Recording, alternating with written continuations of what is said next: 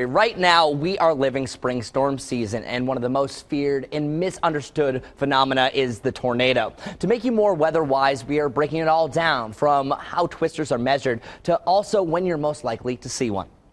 Tornadoes. These ferocious storms are Mother Nature's most destructive weapon. The United States sees an average of 1,200 tornadoes every year, which is more than any other country. Tornadoes are categorized by the enhanced Fujita scale, which is based on damage correlating to wind speeds. A team of engineers studied how certain wind speeds cause different kinds of damage, and that is how we determine the intensity of a tornado. An EF0 will produce light damage, broken tree limbs, and some siding blown off. An EF1 has moderate damage, with windows being broken and more exterior roof and siding damage. EF0s and EF1s make up 88% of all twisters. The most deadly only take up less than 1%. An EF2 produces considerable damage, uprooting trees, tearing off roofs, and lifting cars. Now an EF3 causes severe damage, with winds up to 165 miles per hour. Walls can be torn down, cars can be thrown effortlessly, and trains can even be derailed, as you can see here. An EF4 is even more devastating. Houses are leveled and everything turns into a missile. But the most destructive? The infamous EF5, packing winds at over 200 miles an hour. EF5 tornadoes don't leave much standing and can destroy the most solid of structures, peeling up road tar or crushing an entire school. Damage to a school like this can only come from the strongest of all tornadoes. There's still a lot to learn, but we are now all a bit more weather-wise.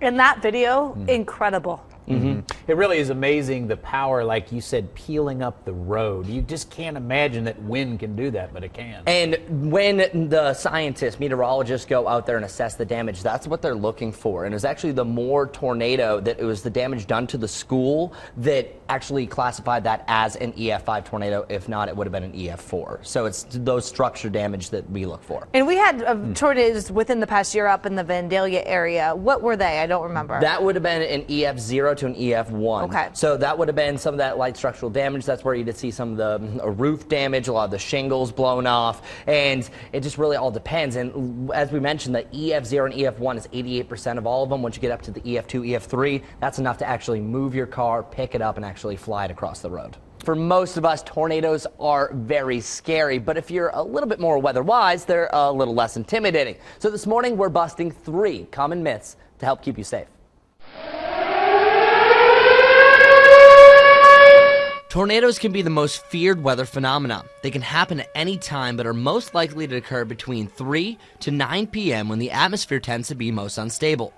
Tornadoes are known for their erratic nature. On average, they travel at 25 to 30 miles per hour. However, they can remain stationary, as you can see here, but can also move up to 70 miles per hour. This is why outrunning a tornado is not always wise or possible, because they rapidly shift and change speeds. Now to some myths. Hiding under a freeway overpass will protect me from a tornado. No! This could actually turn into a wind tunnel, putting you more in harm's way and could even break apart over you. Try to find a low-lying area like a ditch if possible, and not under your car. Now what about this one?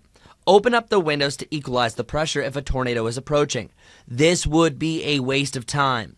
Opening up the windows could allow more debris to fly in, and if a tornado does hit your home, the roof flying off will equalize the pressure. And many think if you live in a big city, you won't get hit. Well, this is not a common occurrence, but it has happened. Check out this photo of Dallas back in 1957 with a large tornado approaching the downtown. Other cities affected by tornadoes? St. Louis, Miami, and Salt Lake City. An urban tornado will actually have more debris to toss around than a rural twister. As for taller buildings, the winds are actually stronger with height. There's a lot to learn about tornadoes, but at least now you're a bit more weather-wise.